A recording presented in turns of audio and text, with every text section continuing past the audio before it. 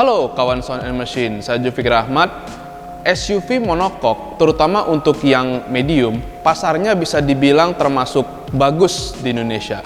Salah satunya adalah Honda CR-V yang kian diminati dari tahun ke tahun atau dari generasi ke generasi.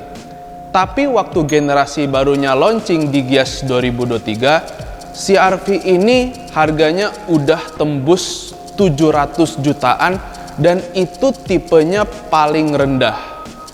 Tapi jangan khawatir, buat kawan Sound and Machine yang pengen SUV seperti CR-V karena sasis monokoknya, Sound and Machine bakal bahas alternatif dari Honda CR-V dan tentunya SUV ini jauh lebih murah dari tipe paling bawahnya CR-V sekalipun, yaitu Mazda CX-5, dan ini 7 fakta menariknya. Jadi Mazda CX-5 ini generasi pertamanya dirilis dari tahun 2012 dan Mazda CX-5 ini Mazda pertama yang full Skyactiv, dari mesin, rancang bangun, kaki-kaki dan sebagainya, dia itu udah full Skyactiv. Jadi Skyactiv itu teknologi dengan filosofi gimana supaya seefisien mungkin tapi tetap berkualitas tinggi. Artinya dari misalnya pada saat uji tabrak dia tetap bagus tapi tetap efisien. Jadi benar-benar imbang ya. Kadang-kadang kan kalau misalnya build quality bagus, orang pikirnya pasti mahal. Kalau build quality-nya mungkin gak bagus lah, tapi relatif murah. Jadi Skyactiv ini benar-benar berada di tengah ya antara kualitas sama efisiensinya. Dan Mazda CX-5 ini yang di sebelah saya ini sudah berada di generasi kedua yang dirilis tahun 2017.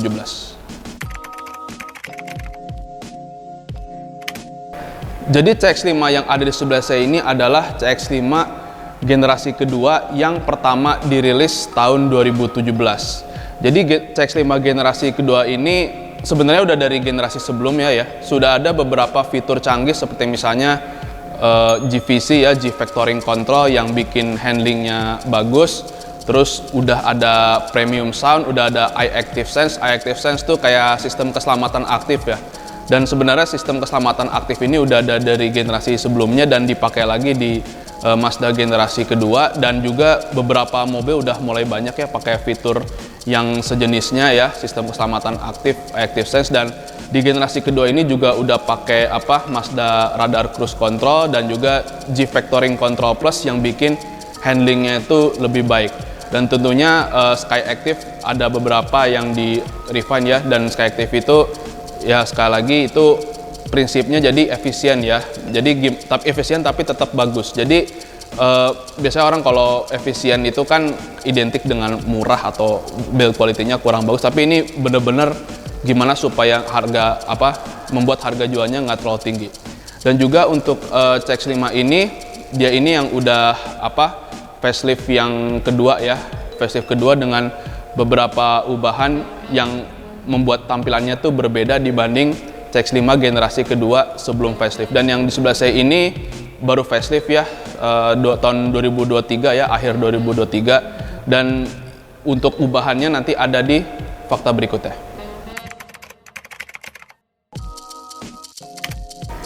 Jadi CX-5 yang ada di sebelah saya ini yang generasi kedua dan facelift kedua yang dirilis tahun 2023 akhir kemarin ya. Dan untuk ubahannya ini dia lebih kurangnya itu, jadi dari apa yang ada di Mazda CX-5 Limited Edition dipakai ke improvement yang ini, antara tampilan sama rasa berkendara. Sekedar informasi tambahan, sebelumnya ini Mazda sempat rilis ya Mazda CX-5 Limited Edition dalam rangka hari jadinya Eurocars Motor Indonesia sebagai agen pemegang merek. Nah, untuk Limited Editionnya ini dia seperti misalnya cladding sewarna body. Dan yang paling penting adalah untuk CX-5 Limited Edition ini dia sudah all-wheel drive. Dan untuk improvement yang ini ada dua varian ya, ada varian Elite sama varian Kuro. Dan yang sebelah saya ini adalah varian Kuro yang bakal dibahas lebih detailnya di fakta berikutnya.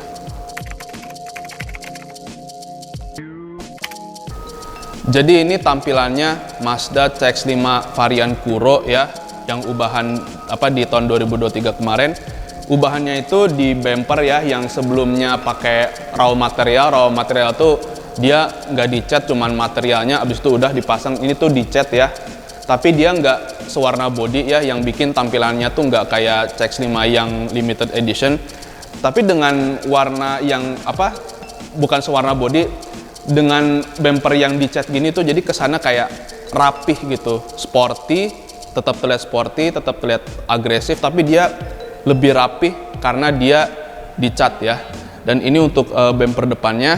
Sekarang kita lihat claddingnya ini. Nah, claddingnya ini kan sebelumnya dia raw material ya, yang cuman material plastik cuman dipasang habis itu udah ya. Kalau ini dicat ya, jadi dicat nih yang bikin kelihatannya tuh dia tetap kelihatan sangar tapi rapih gitu loh karena dicat.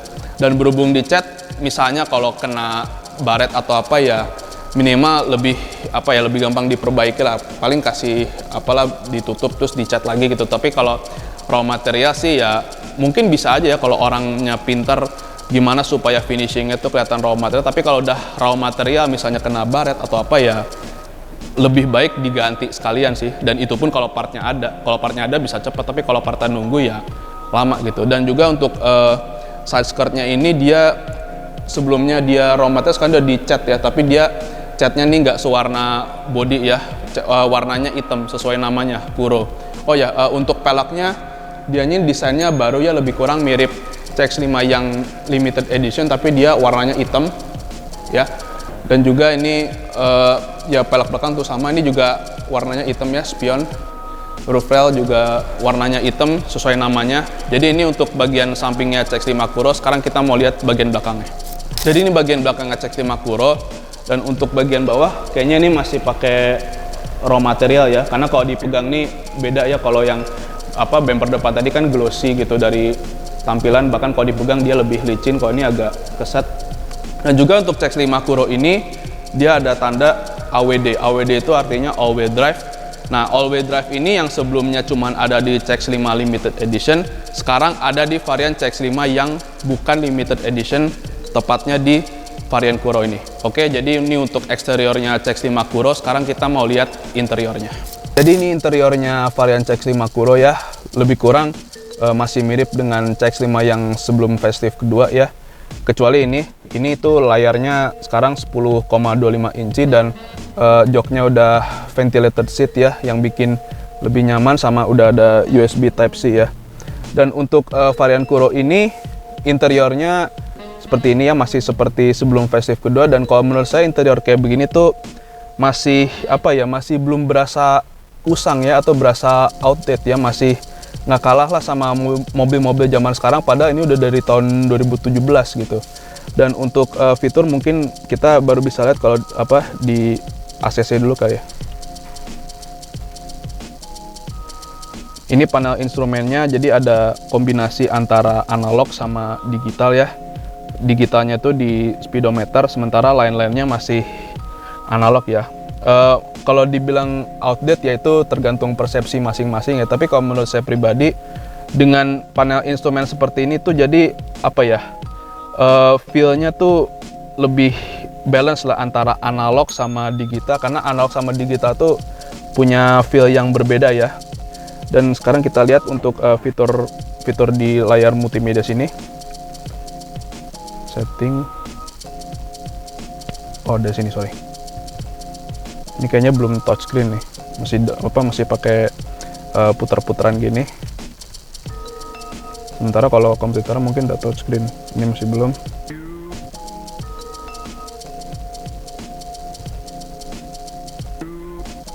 Oh sorry, ini diputar. Ya ini masalah pembiasaan aja sih.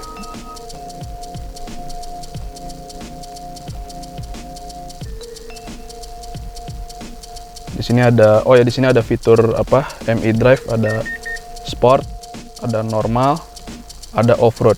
Nah, jadi sistem all-wheel drive-nya di sini nih, di fitur MI Drive-nya. Dan ini nama fitur all-wheel drive-nya iActive All-wheel Drive. Dan di sini layarnya tampilannya langsung berubah ya, karena speedometernya dong yang digital. Sebelumnya masih analog, tapi ini bagus kok.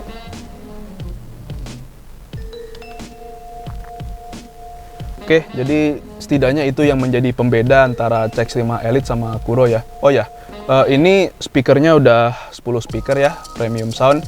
Ya kalau udah CX-5 ya pasti udah enak lah gitu ya. Tapi bakal lebih enak kalau pakai speakernya vokal, karena speaker vokal itu dia punya banyak varian speaker ya, mulai dari yang entry level sampai yang paling tinggi sekalipun. Dan kebanyakan speaker vokal ini cocok buat OEM ya, terutama dari Twitternya. Ini kan ada dudukan Twitternya nih, jadi di baliknya ini bisa diganti dengan speaker vokal, dan tentunya dengan speaker vokal audionya bisa lebih enak. Oke, jadi ini bagian depan interiornya CX-5. Sekarang kita mau duduk di jok belakang. Jadi begini rasanya duduk di jok belakangnya CX-5 ya. Ya ini rasanya lega ya, nggak kalah sama mobil sekarang. Dan untuk Kuro ini karpetnya beda ya, ada tulisan Kuro di sini. Tadi di jok depan juga ada. Dan juga ini belum panoramic roof ya, masih sunroof di depan ini aja. Dan ini interiornya agak gelap ya. Kalau gelap itu sebenarnya bikin berasa sempit ya. Padahal sebenarnya ini dari segi ruang ini masih luas gitu, nggak berasa sempit. Bahkan untuk saya yang tingginya sekitar 180 cm, ini kakinya masih enak ya. Dan ini jok depan nggak saya ubah ya, dari posisi sebelumnya masih sama. Dan duduk di jok belakang CX-5 ini masih berasa lega gitu. Oke, jadi ini untuk jok belakangnya. Sekarang kita mau lihat bagasinya. Oke, sekarang kita mau lihat bagasinya.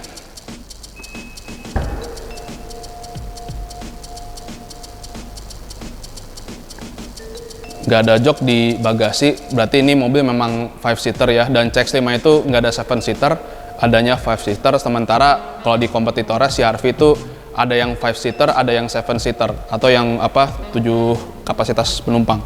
Dan untuk bagasinya ini kelihatannya ini benar-benar dirancang untuk 5-seater ya.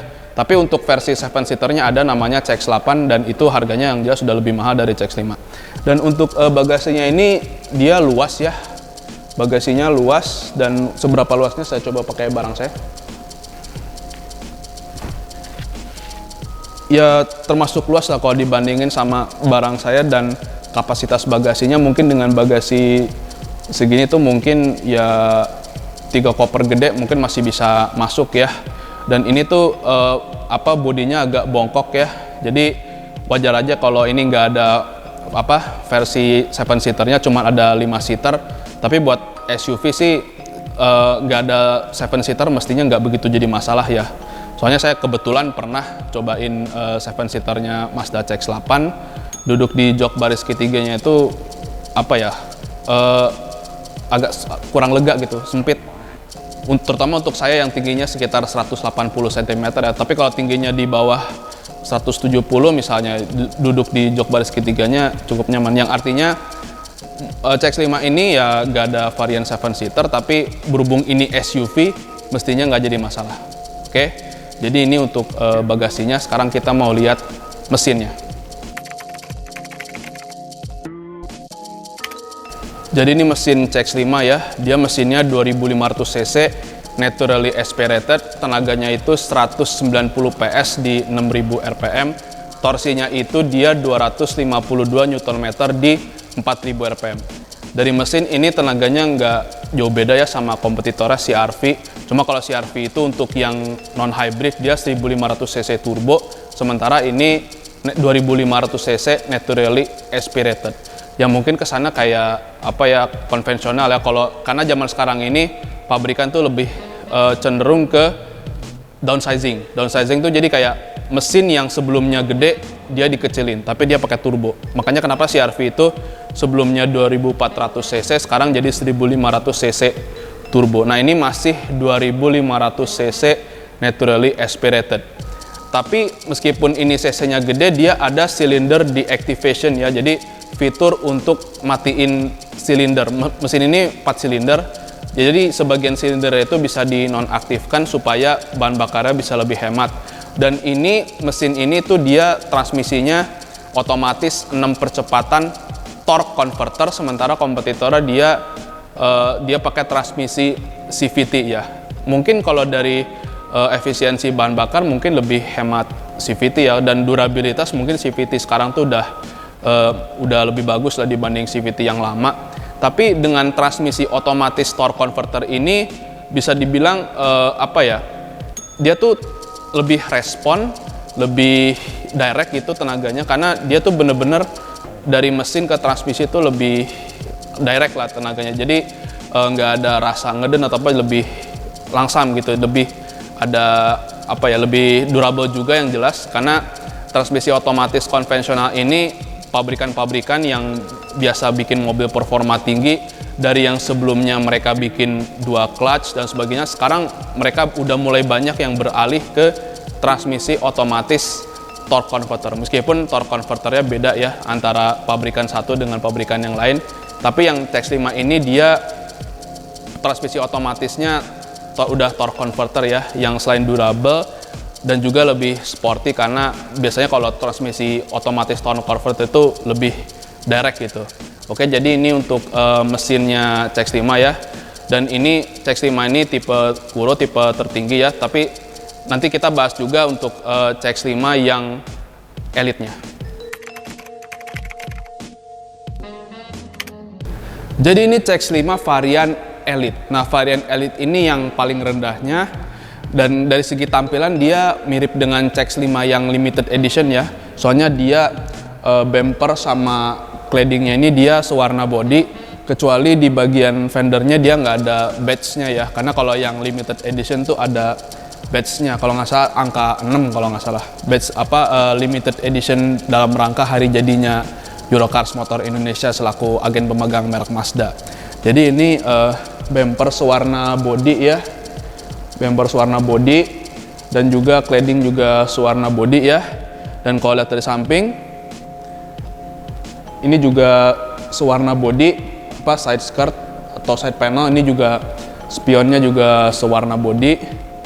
Dan ini kayaknya nggak ada roof rail ya kalau dibandingin sama yang Kuro tadi.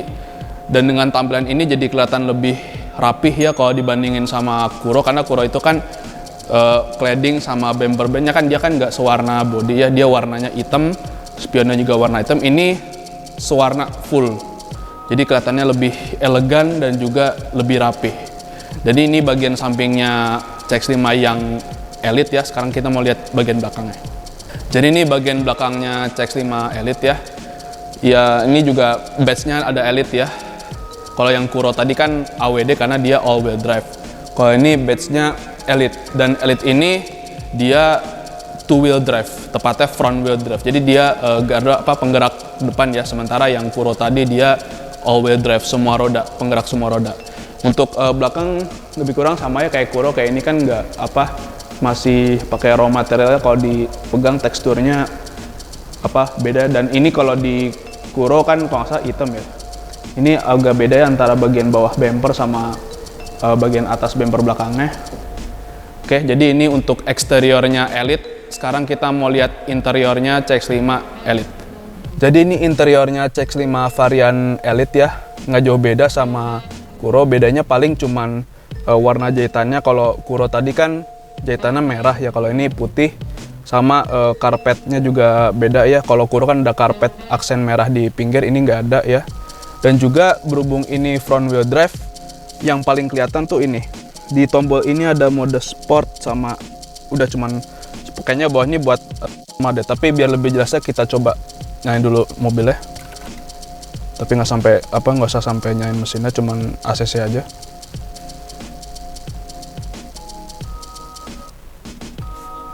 Oke, jadi ini untuk drive mode-nya ada sport, terus ini mungkin normal ya, sama sport. Nggak ada mode off-road kayak di tipenya Kuro ya. Jadi meskipun interior sekilas sama, tapi ada sedikit perbedaan ya. Pertama dari warna jahitan, terus karpet, sama berhubung ini front wheel drive, jadi nggak ada mode off-road. Dan juga tampilan pada saat drive mode-nya ini beda ya dengan yang Kuro ya. Oke, jadi ini untuk interior bagian depan. Sekarang kita mau lihat interior bagian belakang. Jadi ini interior bagian belakang untuk varian Elite ya. Ini juga beda warna jahitan joknya, warna putih, terus nggak ada karpet tambahan kayak di Kuro ya. Kalau Kuro kan ada pinggirannya warna merah tuh sama tulisan Kuro. Kalau ini cuman kayaknya nggak ada tulisan apa-apa deh. Yang kalau depan tadi ada tulisan CX-5, kalau ini kayaknya cuman polos aja ya. Dan ini tipenya tipe Elite yang paling murahnya. Dan juga untuk Elite ini warna plafonnya lebih terangnya kalau dibandingin sama Kuro tadi. Kalau tadi kan kayak gelap gitu ya. Dan sias selebihnya sama sih, kayak termasuk premium soundnya sama, 10 speaker. Dan juga ini masih belum panoramik juga gitu ya. Bahkan di Kuro juga cuman sunroof depan aja, belum sampai panoramic roof kayak kompetitornya. Oke, kita udah bahas varian Elite ya, varian Elite-nya CX-5. Sekarang kita mau bahas ke fakta berikutnya, yaitu harganya. Yang paling menarik dari CX-5 ini adalah harganya. Karena untuk varian Kuro tadi, varian tertingginya, dia itu harganya 668,8 juta. Dan yang Elite di sebelah saya ini ya, ini yang paling murahnya yaitu 628,8 juta. Harga ini jauh lebih murah dari CR-V ya. Karena CR-V itu dia untuk yang paling rendah, mesin bensin, dia itu udah 749,1 juta, dan hybridnya itu dia lebih mahal lagi, 814,4 juta. Yang artinya CX-5 ini jelas layak menjadi pilihan ya. Kalau CR-V itu dirasa kemahalan, ya ini pilihannya gitu, CX-5 ini. Tapi CX-5 ini cuma ada 5-seater ya, nggak ada yang 7-seater. Yang 7-seater itu namanya CX-8, dan dia udah lebih mahal dari CR-V yang bensin ya, yang bukan hybrid, karena CX-8 itu dia tuh 798,8 juta, sementara CR-V itu yang non hybrid dia itu 749,1 juta, dan itu udah sejumlah refine ya. Dan sebenarnya kalau paham lebih teknisnya sih ya, lebih kurangnya CX-8 itu ya CX-5 versi 7 seat ya. Jadi dari segi perbedaan mungkin nggak begitu kentara, cuman lebih panjang dan ada dan 7 penumpang aja. Tapi untuk yang all-wheel drive ini CX-5 ini bukan yang paling murah ya. Karena SUV monocoque yang all-wheel drive itu ada yang lebih murah dari CX-5, yaitu Subaru Forester. Karena Forester itu dia 659,5 juta. Sementara yang all-wheel drive ini varian Kuro dia 668,8 juta. Yang artinya CX-5 AWD ini lebih mahal dari Subaru Forester yang all-wheel drive-nya bisa dibilang lebih canggih dibanding Mazda CX-5. Jadi CX-5 ini mestinya bisa mengubah persepsi orang ya, bahwa Mazda itu umumnya lebih mahal. Ya enggak juga. Ya bahkan kalau kawan Sound and Machine nonton di video sebelumnya, itu Mazda 2 aja yang paling tinggi itu masih lebih murah dari City Hatchback ya. Yang artinya sekarang ini Mazda udah bukan kayak dulu yang lebih dikenal orang tuh Mazda itu mahal dan sebagainya. Sekarang udah enggak, apalagi Honda sekarang harganya udah CR-V aja ada 700 jutaan, sementara ini masih 600 jutaan ya. Oke, sekian untuk video kali ini, semoga bermanfaat. Seperti biasa, jangan lupa diklik like, subscribe channel YouTube soundandmachine.com. Kalau kawan Sound and Machine punya komentar, pertanyaan, atau apapun itu, tulis aja di kolom komentar. Jangan lupa di follow juga akun Instagram dan TikTok soundandmachine.com, di like juga akun Facebook soundandmachine.com, dan pantau terus website soundandmachine.com untuk informasi otomotif terkini.